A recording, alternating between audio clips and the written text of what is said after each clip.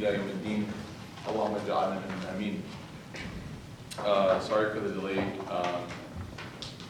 I hit a piece of drywall, which is on the highway over here. The car's okay, kind of. It drives, so that's why I was late. Comes out to be all right. So just to get right to it, because unfortunately I do have like a hard deadline. I'm leaving out of the country tomorrow, so I gotta kind of move. I still haven't packed yet in typical male fashion. Night before an international trip, and suitcase is still empty. So I do have a hard deadline, but inshallah I wanted to get a couple points into everybody, sort of like things to think about. We're now about a week removed from the election, and we were planning on talking about a few different topics when we were originally planning the general body meeting, but what ended up happening obviously was Donald Trump ended up winning the election, and so I thought it would be something worth discussing, inshallah. We just have a little bit of decorum, just for a minute. Something worth discussing, I think, getting your thoughts, processing, what happened, and sort of, a lot of people have a lot of questions, and rightfully so. There's a lot of reasons why you should feel a little bit anxious. But at the same time, I think that we would be a little bit remiss if we didn't zoom out and see the greater context of what's happening. Some people who have been, listening to, whether it's the Qalam podcast or you come to the Quran study, we have had a few discussions regarding this, but I wanted to sort of take this to you and sort of the college audience, right, and get your feedback. So before I begin with my points, I kind of wanted to hear, how do you guys feel? We're a week removed, like I said. Anyone feel anything? Surprised. Okay, why? Why do you feel surprised? Well, I don't know, maybe because I'm probably in my own bubble, but I honestly thought Hillary Clinton was gonna win. She's, even though I didn't necessarily support her in the beginning, she just seemed like the most level-headed, and I didn't know people were like a rotting yam. Yeah. She technically won the popular vote, and that keeps going up So- 1.2 million right now. So generally, popular vote actually doesn't really, technically the way the electoral college is set up obviously doesn't work. She keeps winning votes. She keeps winning votes in states that she's already won. So it doesn't really matter in the current system. But I think a lot of people share your sentiment that what ends up happening with social media and even just social circles, like real life social circles, is they become sort of an echo chamber where everything that you feel and every statement that you make and every sentiment that you have, when you hang out with a certain group of people, those sentiments are just reverberated back to you. And so on Facebook, leading up to the election, and after every debate, you probably only saw people that agreed with you. As the primaries ended and as the general election began. Primaries, obviously there may have been some difference, but once the general election was there, there's only two people to pick from. You probably only saw people on your timeline that were articulating things that you felt or that you may have said. And that's actually the way that social media, even like the algorithms for social media, that's the way that they're set up, is basically to sort of reverberate, like I said, and create this echo chamber of ideas. And that led a lot of people to become complacent in a lot of ways. That led the polls actually to sort of give an indication as to who was going to win, and then obviously we ended up seeing what actually happened. And it wasn't even close, actually. It wasn't even close at all. To give you context, Barack Obama won in 2012 with 330 electoral votes, and Donald Trump had like 295 or something like that.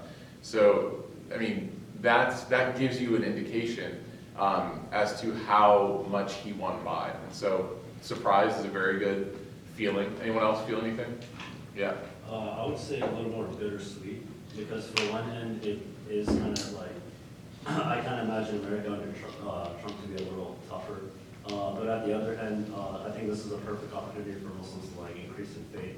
And at the end, I think at the end of it, that's what the takeaway point should be, and that should be something that we actually use as a force to build upon rather than being a little, pessimistic about the situation. Okay. Yeah. Some people are. That's a good way to cope, right? Yeah. Is that it is definitely in some ways going to change slightly, maybe majorly for a lot of people. But at the same time, difficulty sort of begets strength. And people who go through tough times end up developing, spiritual and emotional muscles that they never knew that they had, capabilities that they never thought possible. And that could definitely lead to someone's faith. Anyone else? Any other feelings? Yeah? I had a good feeling that he was going to win. Okay. From the very beginning. Okay. As soon as he announced, all the way up until he won the nomination. Nice. Until he went until election day, I had a good feeling that he was going You to should play the lottery. that he was going to win the presidency. Okay. And the reason why I say that is because people are frustrated. Mhm. People are angry. Yeah. There's a reason why Sanders was so popular Mhm. Democratic voters during the primaries, because he's appealing to a population that is sick and tired of the way that politics is being done right now. Mhm. Hillary Clinton, no matter how much we try to praise her, is the establishment. She is the epicenter of what the establishment is. Mhm. So when Trump comes in, even though half the stuff he says he lies, there's so many, like half the stuff he says he's BSing and saying for ratings. Yeah. He was saying stuff that appeals to people because Yep. people have been screwed over by bad economic policies. They have been screwed over by a political elite that no longer listens to them. Mhm. And when he's saying that he's going to bring the jobs back and he's going to be tough with China, and with trade deals, that appealed to people in the Rust in the Rust Belt. So Absolutely. when he was saying that, I was like, I think that rhetoric is going to get him over the top, and I think it was proven right. Yeah. He ended up winning, and putting establishment people in his cabinet. So. Like I said, Rude. half the stuff he says, he doesn't mean it. Yeah, it's true. I mean, that's an interesting perspective. I think that obviously, he is somebody that to a lot of people represented frustration, and he represented an answer to the status quo. And I think we're going to talk about that towards the end. That was a good introduction to what I was going to talk about. Yeah. I mean, I feel like as president, he might tone down some of his very controversial statements that he has said. Yeah, we've already seen it, right? Like we've already seen it. However, the people that he's listening into his cabinet, that's what scares me the most. Yeah, Is absolutely. Sure, he has, a woman, sure he has like an African American and like a Hispanic, but they're like selected people so that when people argue against him, like, oh, you're not for a woman, he can be like, hey, I have a woman in my cabinet, or like, you don't have an African American or like a Hispanic or whatever in your cabinet, he can be like, no, I do. That's like his point person. Yeah. I don't know, like they just. Seems token a little bit, but at the same time, can't judge people's inner intentions, only their actions. I do think that, to some degree, like you mentioned, that he might be a little bit different, but at the same time, sort of, it just feels a little bit like politics still. So yeah, we're all kind of having to deal with that. Anyway, yeah.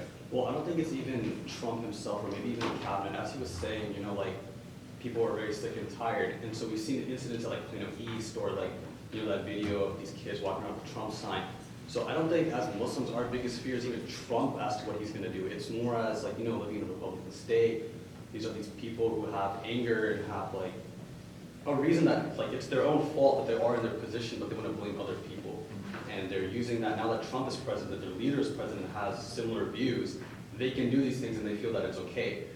There was an incident in the UK that some person lit a girl a hijabi on fire or something. And it's now these things are just common news, not even a big deal. Yeah. So it's not even Trump himself, it's just these supporters that have become the means of fear. That's also a thing is if your president does or says something, then oftentimes there's sort of this almost paternal type figure that sort of tacit approval of doing such things. I don't know if I would agree completely with that people are frustrated because of the situations that they've put themselves into and they blame others. I don't know if I would agree 100% with that, although I see what you're saying, but we'll talk about that a little bit. Yeah. So in terms of my reaction, initially I was sad, but now I'm really motivated, not only to increase my faith, but to make an actual change, a political change. Because what we've seen, Hillary was an establishment, Trump is putting people in the establishment, and people who voted for Trump voted for him because they don't understand, it's out of ignorance. They fell into his scare rhetoric, and we can all point fingers at those people, but we should point fingers at ourselves too, because we've been in our bubbles, how much work have we done to really reach out to other people and let them know, hey, this is what a Muslim looks like, instead of, you know, what they see on TV. Yeah, absolutely. And that's a really good lead into kind of like a few points that I want to make before we take questions. Just wanted to make 3 basic points tonight. I know it's daylight, it's only 8, but it's daylight saving, so it feels like it's midnight already, right? It's so dark outside. It's like 4 p.m. Maghrib. But the first point that I wanted to make is this. The day after the election, and I said this before, it felt like the world, for some reason, was grieving. Especially again in that echo chamber that I talked about, a lot of people sort of just highlighted and would, you know, increase each other's grief and sadness by tweeting and saying and, you know, liking and retweeting things about, I can't believe this is happening and how did we get here, et cetera, et cetera. So it ended up becoming like this for people on the Democratic side, or I guess you could say just the not so much Donald Trump side.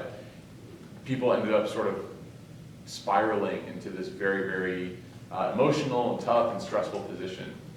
And one thing that I thought about, and I mentioned this at the Young Professionals Halaqa that I do, was actually the death of the Prophet Muhammad ﷺ. And the reason why I thought about that, and you'll see why I'm trying to connect them, is because everyone is under the assumption, well, not everybody, but everybody who is not a fan of the alt-right or Donald Trump is under the assumption that it's going to be a pretty interesting 4 years. And by interesting, I'm being polite, right? They think it's going to be pretty bad. And they might have actually reason to believe so. They might actually be right in that, or they might be wrong. And generally speaking, what that points to is that they're scared of having a bad leader. You know, everyone's scared that this country has gone through 8 years of what they would understand as some sort of progress, right? Obama did make a lot of positive changes for a lot of people. 8 years of presidency cannot undo 8 years of wartime presidency. You know, it ends up becoming very difficult. But nonetheless, if you look at employment, employment is up. You know, different carbon emissions are down. Things like that. Having just a black man in the president, right, in the presidency, was a huge, huge form of progress. And I think a lot of people feel like, with the leadership that we have now, or are going to have, we took a step back. The reason why I thought of the death of the Prophet Muhammad ﷺ was because, as Muslims, we believe that the Prophet Muhammad ﷺ was the best leader to have ever lived. And Abu Bakr's statement after the death of the Prophet Muhammad ﷺ is actually very powerful. So when the Prophet ﷺ passed away, like Omar said, he collapsed. And anyone who said that the Prophet died, Omar actually said, like, I'll kill that person. Because he just couldn't process that the Prophet ﷺ passed away. To some degree, like, some of us can't even say the words President and Trump in the same sentence, right? It's like difficult to bring that title together with that name because of the rhetoric and because of the circus that we've been watching for the past year. So this sense of disbelief is very similar between those two events. Now, when Abu Bakr, the Prophet ﷺ's best friend, when he climbed on the Prophet ﷺ's mimbar, he said that whoever worshipped Muhammad, Muhammad has gone. He's passed away. But whoever worships Allah, he is forever living and never dies. And that's what I thought of, was that yesterday was Tuesday, right, the election day, and today is Wednesday, and everyone's sort of in this moment of shock. And some people I know some people I even know stayed home from work. Like, they were just so shocked, right? Partially because you also have to stay up so late to finish the results, right? But the idea that Allah is still our Lord should be something that's comforting, right? And the idea that we are still answerable not to any president, right? Not Hillary or Trump, but to God, is something that should be comforting to us. And really, what Sean mentioned was actually very poignant in that sometimes these very interesting things happen so as to test your relationship with God, right? One of the scholars said that God might put so much weight on your shoulders that you have no place to go but to prostration to pray to Him. And so there's this idea that everyone tried and tried and tried on the Democratic side to get Hillary elected because they were scared of certain things or certain policies or people that associated with Donald Trump, although we don't know exactly what's going to happen. And despite all of their effort and energy, they failed. And so this sense of futility becomes real. This sense of, I can't accomplish everything I want if I want it. You know, there's this like saying that like you can do anything you want if you try hard enough. That's not true. It's just not true. You can do anything that God allows you to do, right? That's actually the statement that is true. So I had people call me on Wednesday saying like, I have to start praying. And I was like, and they were like, yeah, I haven't prayed in years, but like Donald Trump winning the election, like I gotta start praying. Like the world is falling apart. Like one guy told me, he's like, the day of judgment's coming. Like this is it. Like, you know, and I don't know if I agree with him in general, right? The day of judgment is approaching, right? But I don't know if like Donald Trump is the Dajjal. Like I don't think I believe that theory. But the point is that when people are put in times of difficulty, it inspires them to come closer back to God. And so then, what's the opposite of that? The opposite is that in times of comfort, we stray. And I think that, if we're going to characterize what we learned, and I think your point hits it perfectly, is that we became really comfortable. We became very comfortable. And I'm also with you on this. I didn't know who the mayor of Irving was. Now I do, right? I didn't know who my council people were. I didn't know. I wasn't even registered really. By the way, this election is the first time I ever voted in an election. Simply didn't take, by the way, I lived in Illinois before, and Illinois is always going to be blue no matter what. There's no chance of it. So there's kind of like this lack of motivation to register. But the point is that I was politically inactive. A lot of us, we were politically inactive. Forget politics. A lot of us, our families, our communities, socially inactive, right? There are people like the Plano East incident, right? There are other stories that are coming in from all over the Metroplex and all over the nation about Muslims being targeted. You know, even before the election completed, you had during the campaign in Ramadan, I remember one of my friends got stabbed outside the masjid in Houston. I don't know if you guys heard the story about this. He got stabbed, like he was in the hospital, right? That kind of environment, that kind of rhetoric, that kind of ecosystem of destruction, I take full responsibility, and I think you should too. Why? Because when you get comfortable with your nihari and your biryani, and you get comfortable with your pre-med degree, and you get comfortable, then you don't care about why other people are frustrated, and you only care about making sure that your comfort is maintained. When I talk to people in our community in Khalilul, where I'm the imam, I'll ask them, like, did you even know about the wall? Like, what does the wall represent? That wall of Mexico, what does it represent? The deportation of 3 million migrant workers. And the Muslim community really doesn't have an opinion about the wall that he's planning to build across Mexico. Why? Because it doesn't impact us. If you look at the Black Lives Matter movement and how, en masse, the Muslim community is a little bit arm's length away from it, not really supporting, not really calling to see what we can do. Why? Because for the most part, the Arabs and the Pakistani Indian community isn't impacted by it. So we're comfortable, and that's a problem. Now this election, what it's done is it's kind of burst our bubble. Now we're reading articles about Muslim registries. I'm not talking like weddings, right? Muslim databases where you have to register your name and your address. We're reading these crazy ideas that we thought could never happen. We've only heard about them in Holocaust narratives and things like that.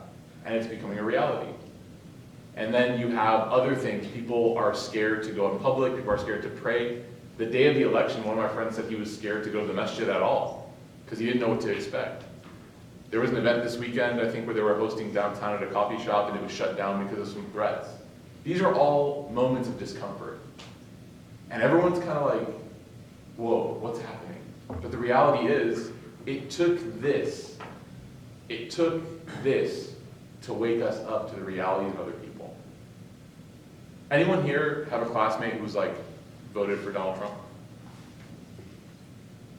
What do you think of a person who votes for Donald Trump? Despite all the rhetoric and all the things he said, half the things he says, lies, etc. You know, the sexual comments, the racist comments, making fun of all minorities, making fun of people who are handicapped. What do you think about someone who would still vote for this person? Well, I'm going to say my shocking, but go ahead, yeah. I don't judge people based on who they vote for. Okay. I do, but okay. Not that I judge them, but I will say this. I think that it is, I judge not people, but I think we should definitely have a standard for what we watch on television, what we listen to, who we vote for. All these things are ways of voting, what we buy. Like, I could ask you the same question. What do you think about people who buy clothing that was made in sweatshops? Right? What do you think about people who visit countries that are complicit in oppression of other people? Like, I could ask you the question I'm asking is building up to this point that I'm gonna make, that they're all related. Okay, yeah? I don't think that everybody, a lot of people are saying that everybody that supports, racist or bigoted, but, I mean, it's not necessarily that way, but people that voted for him saw what he said on TV, that they saw what he said to the nation, what he said about Muslims, Mexicans, people know what his views are, and a lot of people voted for him based on what he would do for the economy. But they still sidelined that, and they said that it's okay. His rhetoric, that they okayed that rhetoric by voting for him. Yeah. And why is it okay? They're not saying that. I'm not saying that they are racist, but pretty much they're okay with racism. Okay, but why are they okay with that? Let me put it in a doesn't verbal. affect them. Huh? Because it doesn't affect It them. might affect them, but what was promised to them in lieu of ignoring the racism? Money. Jobs. Yeah. Jobs. You guys want jobs? Yeah. You guys want to make money? Eventually, is that why you're here at school? Right? Eventually, yeah. Can I also say something? Another reason why people voted for Donald Trump. I mean, I have a lot of friends that voted for him. Yeah. Another reason why. I couldn't tell. Huh? Sorry. I said I couldn't tell because you're the only person who's actively. I changed this. I love you. Go ahead.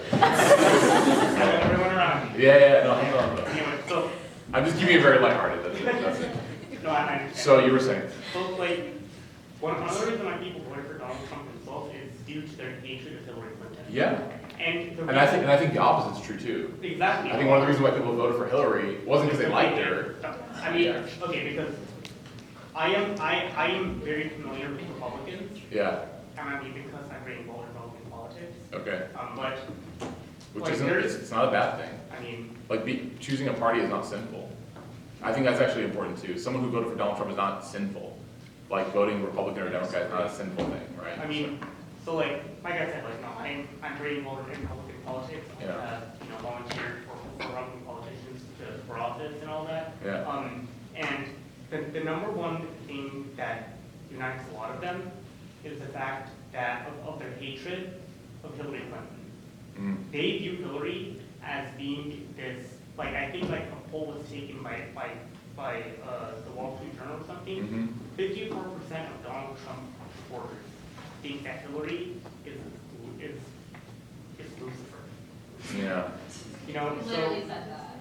He said she was a girl. So I think that it is our environment, our increasingly politicized environment that we are in. Agree 100%. Because in the 1950s and in the 1960s, you had segregationist politicians that would be having lunch with the most progressive people you can ever imagine. And now, if you stray away from the party line just a little bit, you're immediately cast aside as not being a true Republican or not being a true Democrat. Because of this increasingly politicized environment that we're in, that has been brought along by a lot of things, increased politicization and regional politicization. You essentially have one party or a region that with one party that will demonize the other. Yeah. The reason why people do that is to whip up their bases in a frenzy. I know I'm rambling on here, and I apologize for that. But a good example is Obama. When he was first elected, the right wing, the extreme right wing, they essentially portrayed him as being this far left, Marxist, socialist, communist president who was taking away people's guns, who was, raising taxes, who was doing all that stuff. Yeah. Even though he was not. In fact, if you look at Obama's record, he is essentially a typical establishment Democrat. And but the same thing also goes for Democrats who accuse Republicans of being so far to the right. Absolutely. Even though a lot of them are also moderate. Yeah. You know, this is something that has been going along by both parties. Yeah. And because of that, you know, you have absolutely nothing in common. I mean, there's a reason why this country is so divided. I agree 100%. I think that there's other big philosophical things besides politics, because not a lot of people are engaged. I mean, there's how many millions of people who didn't even vote, but they still have opinions, they still have thoughts, and I think things besides politics in its essence motivates people to choose a candidate. I don't think every Donald Trump supporter knows his policies. I'm holding for making a joke. I don't even think he knows his policies. Okay. No, And I don't think and to be fair, the Republican establishment hated Donald Trump like 8 days ago until he won. They were like, oh great, Donnie, right? Come on, you know, that's when because they realize that they're going to win the Senate, and they realize that they're going to win the judiciary. They're gonna basically put in, you know, whoever they want. But I will say this: someone who voted for Donald Trump, right? And a lot of times we characterize those people as being like racist or sexist, and they might be. I'm not taking that away. But especially the votes that mattered and the votes that really pushed him over the edge, where Hillary thought she was going to win, right? Pennsylvania, Ohio, Michigan, and even Florida. A lot of people, and Wisconsin, very good. A lot of people there, stop bragging. A lot of people there were upset about their financial ability. And what they said by voting for Donald Trump was basically, in essence, I'm sorry that xenophobia and racism hurts your life. I'm sorry that sexism hurts your life. I'm sorry that homophobia hurts your life. But my ability to provide for myself and my family is more important than that. And if somebody says that, you're starting to see all these memes now on Instagram. Not the Joe Biden ones. You're starting to see all these more serious ones that they're like, you know, a lot of you saw the Hasan Minhaj bit where he's like, basically saying like, yeah, you may not be racist, but you supported one. I can turn the table back on us. This iPhone, the company that develops the screen for this iPhone is called Foxconn. That company, the working conditions in China for the employees who work at this company and make these screens are so bad that they have numerous records of people jumping out of the building, killing themselves. So much so that they actually put a net around the bottom of the building so they didn't have the negative publicity of having people kill themselves manufacturing these screens. We all still bought these. And they go on Samsung phones too, by the way. You should return your Samsung phone, by the way. I don't want you to die. We all buy them. What we're saying is essentially the same thing that a Donald Trump voter said. We're telling that person who wants to jump out of the building, I'm sorry that your working conditions suck. I'm sorry that you don't want to work here. I'm sorry that you work 20 hours a day and you don't get a lunch. I'm sorry that your life is tough, but the iPhone 7 just came out, and I need it. You know, the little Palestinian kid that asks, why do you live here? Your tax dollars are going to kill my family. We basically tell that kid, I'm sorry, but America is the most comfortable place for me to live right now. Right? The clothing that we wear, the sweatshops, the children who are working in those in Bangladesh or Vietnam or India. We basically say, I'm sorry that you have such a horrible life, but I really need to look good today. So when we sit back and look at voters of a person that we really, really have issues with, this is where Allah Ta'ala says that we are just a reflection of our society. If we actually took principled stances against oppression, then we would not see oppressors leading us. And that's what Bernie Sanders is saying. That's why his message was so inspiring, was because he's like, look, we need to change the way that we treat people if we want to see someone who treats people well as our leader. So you may not be able to change the presidency right now. It's already done. He's our president for the next 4 years until he gets impeached, probably. Sure. But no, who knows, right? Only God knows what's good and what's not good. I said this in the Quran study, nothing is good or bad, it just is. And you just have to deal with it, right? And the way you respond either shows whether you handled it well or didn't handle it well. But what we can do is we can evaluate our lives. Go and look at your closets. Go and look at the things that you own. Go and see how you are contributing to globalized oppression on a macro scale. And if you can, cut it out. And if you can, which you can, start raising awareness, making noise, organizing, and demanding change. Because until we do, the Catholics, Irish Catholics were brought here as slaves because they weren't Protestant, they weren't truly white, right? Because white doesn't just mean color, it's actually a certain, it's more white Anglo-Saxon Protestant, right? So European, primarily British, Protestant males, right? So the Irish were brought here, the Catholics were brought here as slaves. The only Catholic president to ever have served was who? And what happened to him? He got He got killed in Dallas, right? Yeah. So what did the Catholics do after being persecuted, brought as slaves, their only president killed? I mean, could you imagine if the only Muslim president, Barack Obama, was killed, right? He was killed, okay? What did they do? Catholics started building two things, hospitals and universities. And they gave people free tuition. And they gave people free healthcare. St. Jude's in Memphis, Tennessee, where my wife is from, the premier hospital for children who are struggling and suffering from cancer. There's a waiting list to get in. Why? Because they don't charge. It's a Jesuit Catholic-run institution. Loyola University in Chicago, Jesuit Catholic-run institution. They give so much scholarship. If you apply there, you just say like, I'm a human being. They're like, come on in. Right? I swear, I promise. The Catholics were being persecuted, and they said, our only way of changing these people who are hurting us is to serve them, because it's very hard to hurt those who are serving you. You have to be like a truly evil person to hurt those who are serving you. Does that sound familiar? Serve those who are hurting you? What person did this? The Prophet Muhammad said that.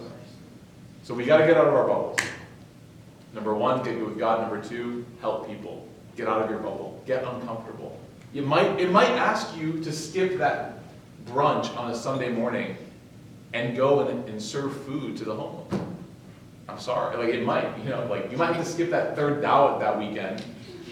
I know your mom's on you to get married, but it's okay, right? Like, just use shadi.com instead, and like we'll figure it out. But you might have to skip that third dawah and go do something more meaningful. Like maybe you can only watch one episode of Black Mirror and then turn off Netflix, and then go and do something else that's more meaningful for society, okay? And the third thing is this. Allah, the community, the greater community, the last one is you as a person. Everything that you see, whether it's Hillary Clinton or Donald Trump, everything that you see in them that you don't like, unless you are actively fighting those characteristics in your life and not replicating them, you have no right to point them out to somebody else. Imam Ghazali actually says this. He talks about the concept of pointing out other people's flaws, and he said, look at yourself first.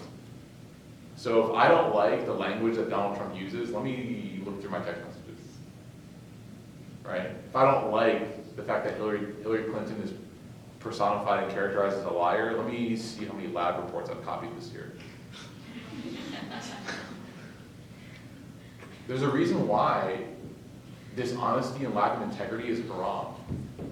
What? Is it halal to copy a lab report? You guys tell me. Yeah. Here, put this on for a second. Right? Is it halal, yes or no? No. Is it halal to cheat in school? Why? Because it goes against which Islamic principle? All of them. It's haram meat, right? No. It goes against, you're lying, right? So let me teach you why it's lying. You're putting your name on a thing of work that you did not do. Correct? Yes or no? Yes. Okay. Why is it a big deal to God? Why does God care about that? Why does God care if I borrow Sean's lab and I borrow, right? And I copy it and I write my name and turn it in and get 100 without doing any work? Why? Why does it matter to God? So it has a lot more value to you as opposed to just copying it from someone else. Ooh, sorry, repeat the first part? I was talking. If you do it yourself, it has more value to you. Okay, but why does God care about that? Like, it's just homework. Who cares? Because he wants you to work hard. Okay, partially because there is this concept of industriousness that Allah wants us to have, to work hard. What else? You're not using your God-given abilities.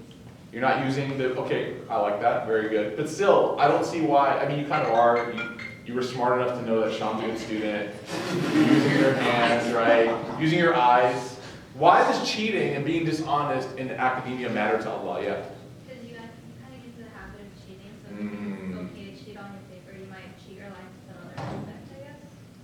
Cheating is a personality disposition. Cheating is an articulation of dishonesty. If I become comfortable, do you guys remember the first time you lied? Do you remember the first time that you actually lied, like a serious lie to your parents?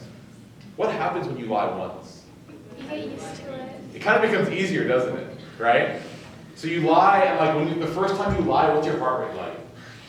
So you just sprinted. It feels like your heart is actually creating an indentation in your chest as you're talking to the person. They're like, "Did you pray namaz?" You're like, "Yes." And like you can actually hear your heartbeat from inside your head, right? That's probably the first time we all ever lied. Okay. Then what happens the next time? Your heartbeat kind of decreases a little bit. Then the next time decreases more. Then the next time you become a sociopath, right? Then you just are able to lie now without any psychosomatic reaction to lying. Lying should actually create some sort of anxiety in the person that's doing it. Isn't that scary? Like even to the point where we lie like, "Hey, where are you? You said you'd be here, we're waiting for you." Right? I'm on my way. Take a picture, right? Show me where you are. Take a picture of the mile marker. I need to see where you are. And no, it's okay. I can't. I'm driving, right? Like, meanwhile, you're like brushing your hair or like finishing up your shower or whatever. Like, when we lie, and there's a point to all this. When we create those micro spiritual aggressions, we create a world.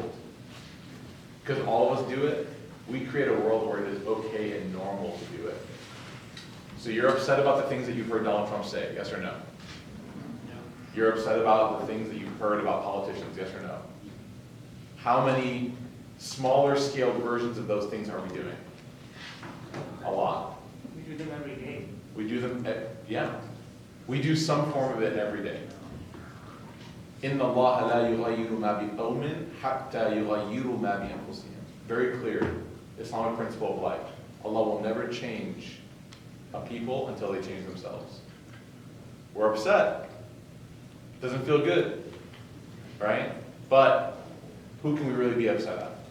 So those are the three things that I want to talk about. Fix your relationship with Allah, fix your relationship with your community, fix your relationship internally, and I promise you, maybe not in your lifetime, you might die, right? You might die and the Republicans are still, Donald Trump's their poster boy, right?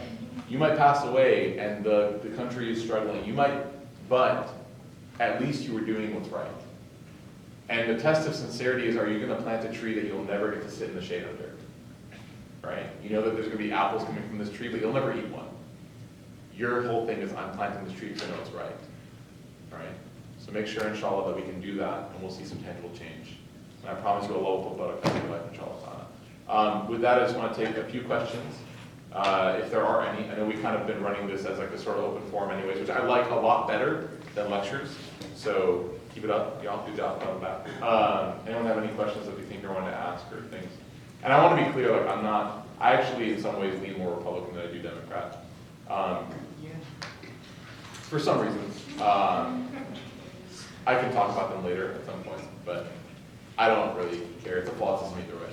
Yes, you had something in the back? Blue shirt. Yeah. Well, I was wondering, if someone that you're very close friends with, voted for Trump, but they kind of voted for a problematic reason, but you've been friends with them for a very long time. What do you do? How do you go forward? I mean, if it's a problematic reason, it depends on what the reason is. We don't have to go into it. But if you deem it to be pretty severe, I'm a big fan of just kind of talking it out. I think that true friendship should be able to withstand difference of opinion. You like the Rockets, I like the Mavs, although I don't, right? That shouldn't ruin our relationship, right, as friends. You like Tony Romo, I like Dak Prescott, right? That shouldn't ruin our relationship as friends. If it does, right, if me choosing a political party over you or you choosing a person is super problematic and it ruins the relationship, then maybe, perhaps, we need to work on that relationship in the first place, right? There's also, by the way, this concept that I think a lot of people in your age should get comfortable with, is that it's okay to outgrow certain relationships. It's totally okay, right? Like Shaykh Drake said, and friends, right? So like, there's points, and I'm not saying everyone should go home right now and be like, all right, who am I outgrowing tonight, right? Just like scroll through and you're like outgrown, right? What I'm saying is that as it happens naturally, don't fight it. Like, there are friends that I grew up with, very close, extremely close friends, and we just simply don't talk as much as we used to. It doesn't mean we don't like each other, it just means that we've simply grown apart a little bit. That's okay, it's fine, right? And as you get older, you're gonna get to like your 30s, like you're gonna go through your 20s up to your early 30s, and your friends are gonna go into like this pyramid, right? Where you're gonna have like acquaintances, and then you're gonna have like, you know, people you see more frequently, and then you're gonna have people that you actually want to see, and then you're gonna have like biffles, okay? So that triangle, that pyramid is very, very important. And know something about triangles is that as they get taller, they get smaller. So it's okay if your friend maybe has a different political disposition or a problematic disposition. It might be that they are indicating where they fall on this pyramid for you. Okay, but don't overthink it.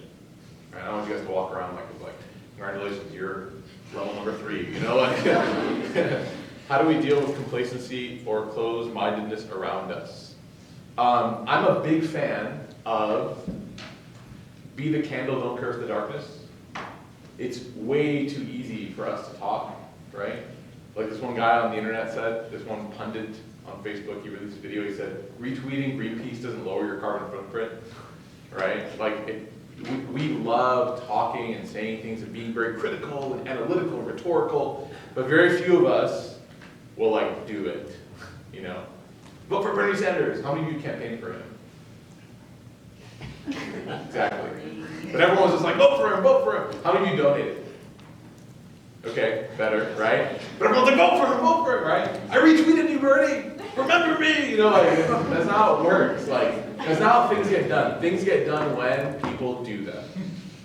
And we can either sit and be like, that person's not doing it, that person's not doing it, or we can do it. So, closed-mindedness, complacency, fight it, model, show people, be the light, don't curse the darkness. And in that, also don't become frustrated when you don't have droves of people coming to you. Hey, you're not closed-minded, show me how to do it, right? You might have one person, 2 people that you're impacting, that's totally fine. Totally fine, yeah. But is retweeting and like reposting on Facebook a form of campaigning? Because you're reaching an audience that may not watch the news. Or, I mean, it's everywhere, but you know. So, in theory, yes, but I want to say no. And the reason why is because oftentimes, unless you're a celebrity, people who are following you are people who probably share your same opinions. So how many times do you retweet something and a lot of your friends have already retweeted it? So it's not like adding something new to the conversation, you're just sort of like upvoting it. You're like plus one, right? Whereas, in real life, not the internet life, but in real life, when you say something, even when you're actually retweeting someone in real life, God, I can't believe I just said that. Even when you are agreeing with somebody in real life, it actually does add more substance to the conversation. There's much more substance there than simply clicking. This is one of the biggest dangers that our generation, I include myself with y'all, is going to go through, and that is thinking that online activism is meaningful. It's really not. And this election showed us that.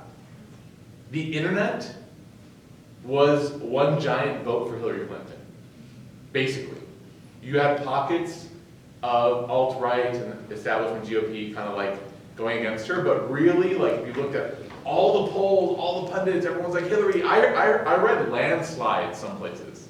I read Hillary's gonna win by a landslide on some new, like, that's your only job, is to come up with the correct prediction. And everybody failed. Why? Because the Rust Belt and people who are unemployed and struggling and desperate, and they're not on the internet like us.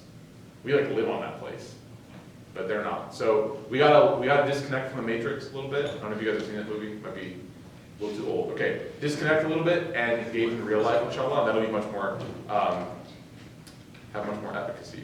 Is abortion allowed in Islam? There are, like many things in Islam, there are instances where things are permissible and impermissible. Most often, every ruling has what's called the default and the allowance, or the exception. So there are some scenarios in Islam where abortion is considered permissible if the mother and the physician recommend, or if the mother feels so. However, it should always be done in consultation with professionals. We do not have a closed door stance on abortion in Islam. We do not. So like in instances of rape, for example, we believe that if the mother feels so and a mental health professional feels so, then she is permitted to abort the pregnancy. God knows best, but we do not. That's one of the beauties of Islamic law, is that it's not as rigid as people make it out to be. There are really only a few things in Islam that are absolutely unquestionable, and those are generally the 5 pillars. Everything else beside that, you can create, even alcohol if you're starving to death. All right, pork, oink oink. Okay, so what is the first step or series of steps to take towards solving a problem with ourselves, like lying, cheating, a problem that has become a normal thing when we do it? The first step is recognizing that it's been normalized, right? The first step is, keeping some sort of gauge to figure out, okay, how often do I lie? Do I cheat on all my homework? Like, I don't do anything organically? Like, who am I, right? If you notice that the C and the P on your keyboard is rubbing off, but no other letters are, okay? Then you might have a problem. No, but really, honestly, the first step is awareness. The second step is to realize how this hurts you. It hurts your essence, right? People who can justify cheating at school can justify cheating on a person, on their spouse. They can. Absolutely. It's a personality disposition. If I abuse somebody, right? If I'm a bully, if I abuse people, and I actually physically feel comfortable hitting as a response to my anger, do you think if I get angry at my kids, I might hit them? Yeah, because I've become, as a personality disposition, accustomed to responding to anger with physical force. You think I might hit my spouse? God forbid. Yeah, because we are an amalgamation of dispositions, personality dispositions, okay? So if I become comfortable cheating, lying, stealing, etc., these sort of like things that are very, very sinful, then I will become comfortable doing it in other realms of my life. I'm not saying that if you copy a lab report once, you're gonna cheat on your spouse. I'm not saying that. What I'm saying is that it is a boulder that is very hard to stop the momentum of once it becomes moving. And once it becomes moving, you can mentally and spiritually be like, I need to stop. But that's not how the heart works. Remember we talked about this last time I came here. The heart works differently. You can think, I need to stop mentally, but your heart's like, nope, not happening. Right? Think of Krispy Kreme. How many of you walked in here saying, I can't eat Krispy Kremes? And how many of you had one? Right? Okay, thank you for being honest. Your heart wanted it more than your brain said no. That's basically what happened, right? So we need to make sure that we give our hearts the ability to succeed, and part of that ability is not to engage in things that go against the essence of the soul, okay? Do I need my parents' permission to propose? There's a name that I'm not gonna read. The answer is yes, you do. You do specifically, yes. Absolutely, okay? Is smoking weed and cigarettes haram? Those are two very different things.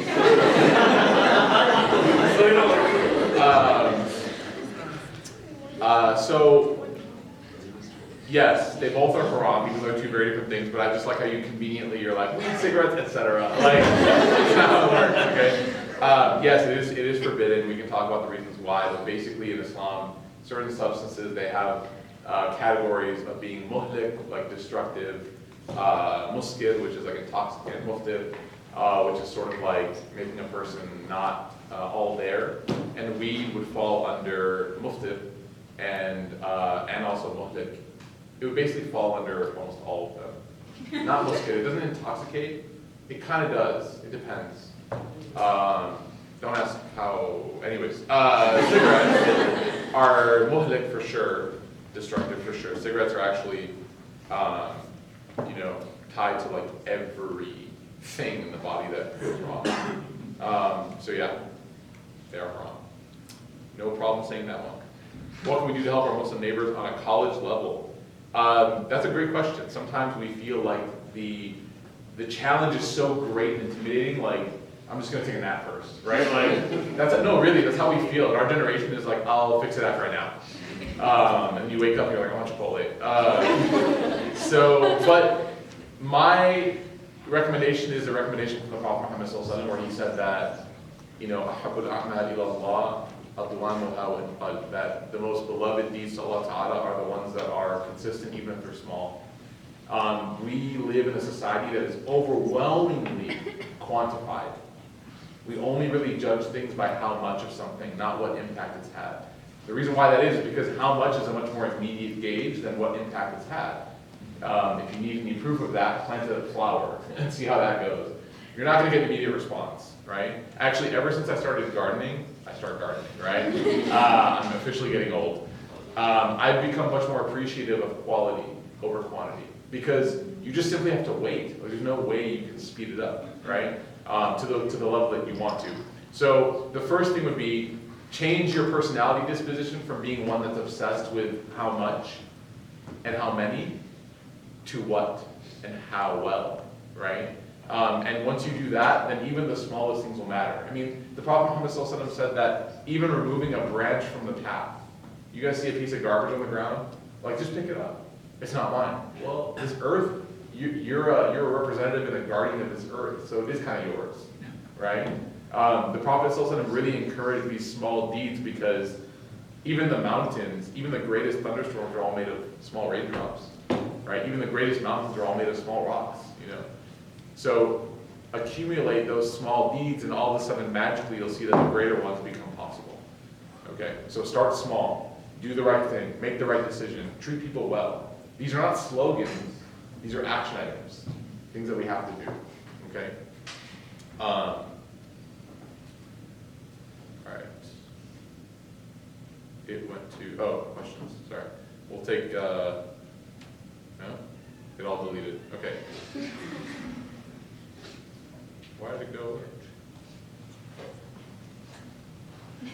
Oh man, text, are you in Scrubs?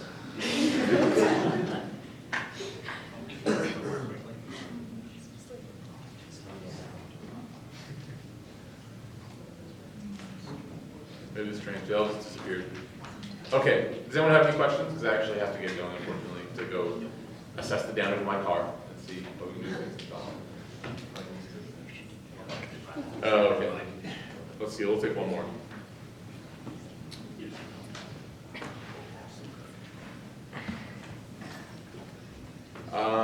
Okay, 1 second.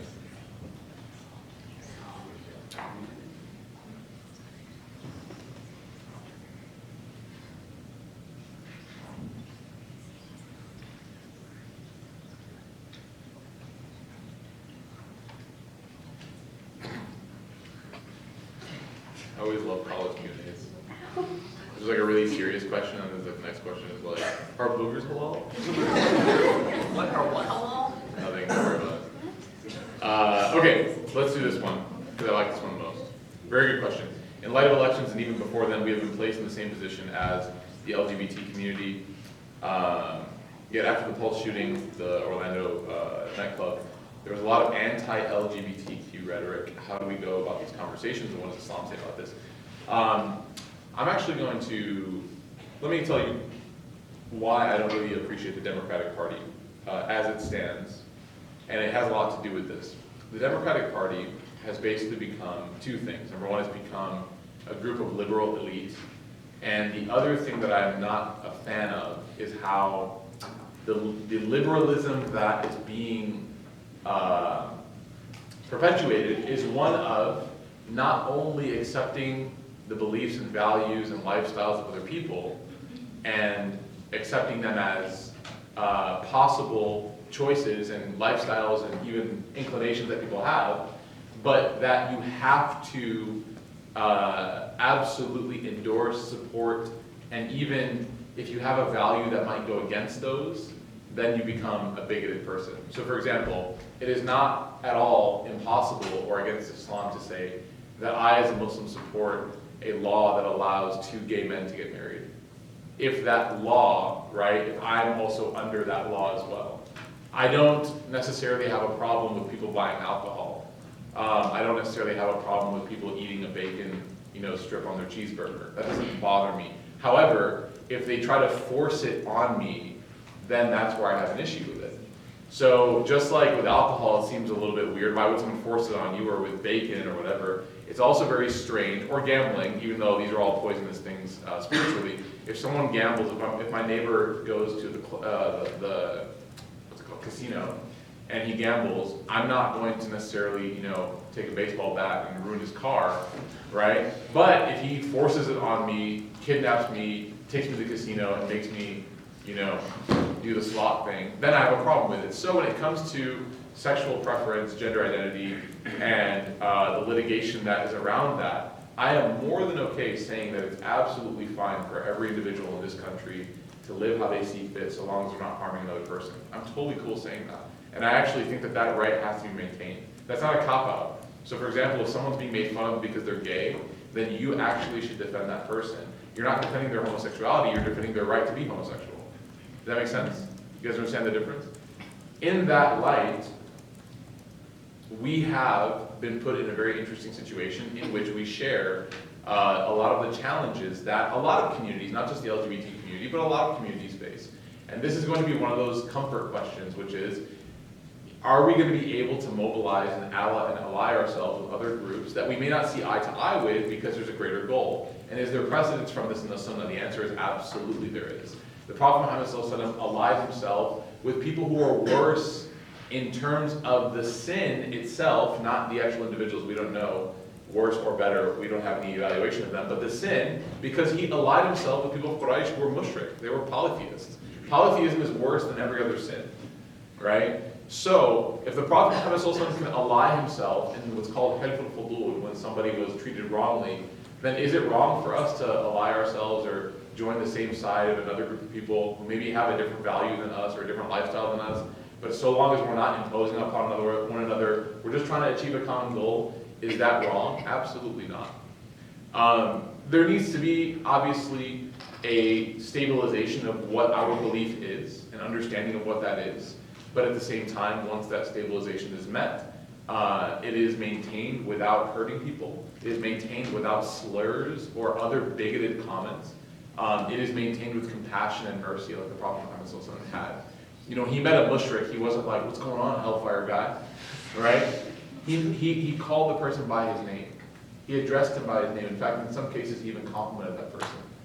So if the Prophet Muhammad can do that, and he's the prophet, this is his life mission, is to propagate this religion, is to teach others so that they can accept. And he can treat people who aren't following his religion well. There are Jews who are living in Medina. There are fire worshippers who are living in Medina. And the Prophet Muhammad allowed them to live there peacefully. And even when they had legal disputes, he would say, go to your rabbi. Right? I can't solve your issue for you. If it deals with your Jewish law, you have to go to your rabbi. If the Prophet Muhammad can delineate and defer and delegate based on values and principles and beliefs, then can't we? Absolutely. Now, he didn't say, guys, you know what? This whole Islam thing, let's rethink it. That's not what he said. He said, I'm Muslim, these are my beliefs, but I fully embrace you as my fellow neighbor human being, living the way that you like. And that's totally fine, right? And that actually shows a certain level of intelligence. If you can't live with people who are different around you, then you lack intelligence and nuance, right? If people practice the religion differently than you, if you can't live with difference of opinion and interpretation, then you gotta work on that a little bit, because welcome to the world. Not everyone's gonna be like you. I know that Dallas kind of feels like, oh, Plano, we all eat biryani and have, faluda. Like, it's all good. Like, no, this is how, as you get older and more mature and move to different places, you're gonna meet people with very different beliefs than yourself, right? And some of those people are gonna be some of the best people you'll ever meet, based on character and person, right? So don't deprive yourself the ability to help and serve and get to know other people who can benefit you, Some of the most beneficial people in my life, in my relationship with Allah, are people who don't pray, are people who drink, but if I starved myself from that relationship because of a predisposition about them, then I wouldn't have gotten better by knowing them, right? And the same goes for all kinds of people. We ask Allah subhanahu wa ta'ala to give us success. We ask Allah subhanahu wa ta'ala to protect us from all kinds of arrogance and bigotry and internal and external attacks or diseases of the heart. We ask Allah subhanahu wa ta'ala to purify our hearts, get good with our community, and get good as individuals. Ameen ya Rabbil Alameen. Sorry that I went so long. I kind of got here late because of the car thing, but inshallah, this won't be a pattern. I do want to invite Brother Muhammad to come up, inshallah, and transition. We have a special guest here. She's actually someone that you're going to be seeing a lot more. Sister Khadija, she works with Bayna, but as we're launching this Muslim chaplaincy initiative, inshallah, she's someone that I'm going to rely on heavily to be my teammate in this regard, inshallah. So you're seeing her now under one regard. She's wearing red because she works for Bayna. But inshallah, you'll be seeing her more in other things. So listen to her. She's cool. She's a good friend of mine, inshallah. Okay? Is that okay? Yeah, I'll call it for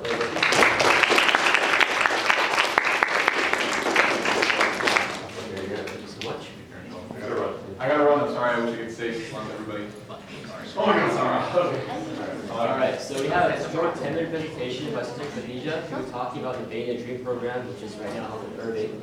So I'll let her come to the stage.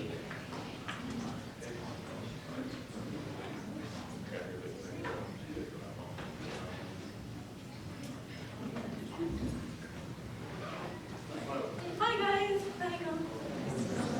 You and your sister are matching. I noticed it. I don't think so. Hi, you guys. How are you? Okay, so I don't want to take up too much of your time. My voice is echoing a lot. This is great. I know you've been here for a while. So my name's Khadija, and Mohammed mentioned I work for Bayna. So I had intended to catch more of tonight's session than I did. Kind of like Ustadh Murphy, life happens. You don't quite get to where you want to go on time. I'm also running 30 minutes late on an average day. But it was really interesting to hear the conversation. So I'm from New York originally, born and raised New Yorker. And I grew up in the aftermath of 9/11, right? So like 9/11 happened, I was like living right there. And back in that time, we didn't have these kind of conversations about Muslims being socially engaged or what the political scene was. Like, this is new for me, seeing MSAs talk about this. So props to you guys. Mashallah, may Allah continue to facilitate your work that you do here. It's very cool. The morning after the election, so I stayed up all night, partly because my students were texting me all night, like, oh my God, we're all gonna die. Listen, we're not gonna die, but if I don't go to sleep tonight, it's not gonna be good for any of us. So I was up all night.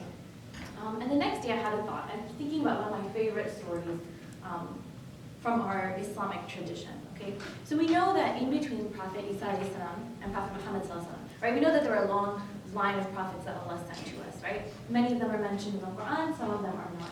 But between Prophet Isa, Jesus, and Muhammad, there was a period of 500-600 years where there was no revelation, right? Nothing came down, no text, no scripture. Okay, and when Allah finally opened the heavens and sent revelation down again, what was the first word that He sent? I think we all learned this in Sunday school, right? Iqra, except for me because I kind of quit Sunday school when I was a kid because I just wasn't feeling it. But good kids like you probably went Sunday school. So Iqra, read, right? That was the first word that Allah sent down. And kind of, you look at the Prophet's mission and how he, lived in Makkah, in Medina, and you see the impact that word had, right? Revelation, it came down and it changed an entire society. So pre-Islamic Arabian society was kind of like what we see today, right? You had corrupt leadership. You had leadership that was racist, right? Tribalism was a thing. You had leadership that supported the abuse of women, okay? You had leadership that was okay with being dishonest and cheating people. And then the Quran comes down, Prophet Muhammad does his thing, sallallahu, and it transforms the entire region, right? I was gonna say subcontinent because I'm Desi, but I don't think it's a subcontinent. The entire peninsula, right? Transforms. The people who were leading very despicable lifestyles, they become some of the most noble people, and we still know them today. Many of us are named after people who were in that society, and look at how they became these legends that we know of today, right? And that was the power of the Quran. So I know Brother Murphy was saying something. He mentioned how, change, we don't want to change and make positive change, but change starts with ourselves, right? So one of the things that I kind of want to share with you guys is our program, the Dream Program. It's our humble effort to start to change the problems that we see. And we're going back to the basics, right? Sometimes we think it's really cliche, the Quran is the solution, the Quran is the guide, right? We hear imams say this, but it's not really that cliche, right? We see it in practice. The Prophet ﷺ, he was given the Quran, it changed the world, right? It changed the world. We wouldn't be sitting here, right? Would we be sitting here? No. right? We, in our studies, at Bayna and Qalam, the seminary, we study Islamic history, we see the progression, we see the spread of Islam. And it all started with this one word, iqra, right? So DREAM program is our humble effort located in Dallas, close to y'all, to kind of start to spread change, to make change, right? And change starts with changing ourselves. That's what Allah says, that He will not change people until they change themselves. So the Quran, not the Quran, the DREAM program is our humble effort to do that. I studied there. There's a couple of people in the audience who studied there. Rimmel currently studies there. Rimmel's my guy. Rimmel is cool. I really enjoy having Rimmel in the class. Why are you guys laughing? I'm so sorry for the response that we get on campus too. Rimmel is legit people, all right? MashaAllah, Rimmel's cool. So the DREAM program is a 10-month Arabic intensive program where we teach grammar, right? We teach you how to open up the Quran and be able to read it. So you're reading it and you're understanding what Allah is saying to you. It's kind of, it's interesting. When I was a kid, I learned how to read the Arabic, right? I had to go to, Quran teacher and all of that. I never knew what it said. Most of the time, I would be reading it with the teacher and trying to find words that sounded like English words and giving them my own meaning, right? Because I didn't know what they meant. But this is our effort to teach people what Allah is saying to them. But more than that, and I think I'll end on this note. What we try to accomplish at our program is to connect people to the Quran, so that you don't just feel like the Quran is this book that you keep on a shelf and you take out, when there's a wedding or somebody's baby is born, right? When I was a kid, we'd go to weddings and I'd see people walking under the Quran, and I'm like, I don't understand what's happening, like they're holding a book over their head, right? It's something that we kind of treat as a formality, but the Quran was not meant to be that, right? The Quran was meant to be this guide for change, for positive change. That's what the Quran served, that's the role it served in the life of the Prophet. It served as a friend, it served as a counselor, it served as a teacher, right? It served as a source of comfort. And that's the spirit that we're trying to revive down in Irving, or up in Irving, I don't know what direction I'm in, direction I challenge. But that's what we're trying to accomplish. So I have these little info cards, some information. If you're interested, I'll be around. Thank you for having me, and I think we're good.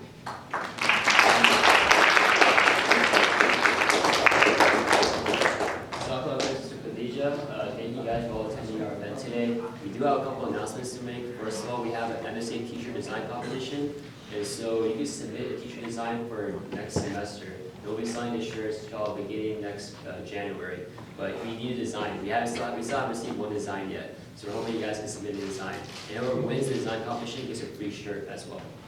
We also have an event called the Faith Build. We're working with Habitat for Humanity. We're making a house in Charlotte for refugees over here in Dallas. That will be happening this Saturday. We have 5 spots available left. So if you're interested, you can sign up online through Facebook as well. I believe I have one more announcement for pros. So tomorrow night, sisters will be playing volleyball. This will be happening at Rec Center West. This will be at 5 p.m. And there's also a Thanksgiving potluck for pros as well. So this will be happening on Sunday at Phase 2 at 5 p.m. as well, I believe. And so thank you guys for attending. We have more speaking donuts. And I forgot to mention, Beta is very kind enough to provide donuts for us today. So another round of applause for that.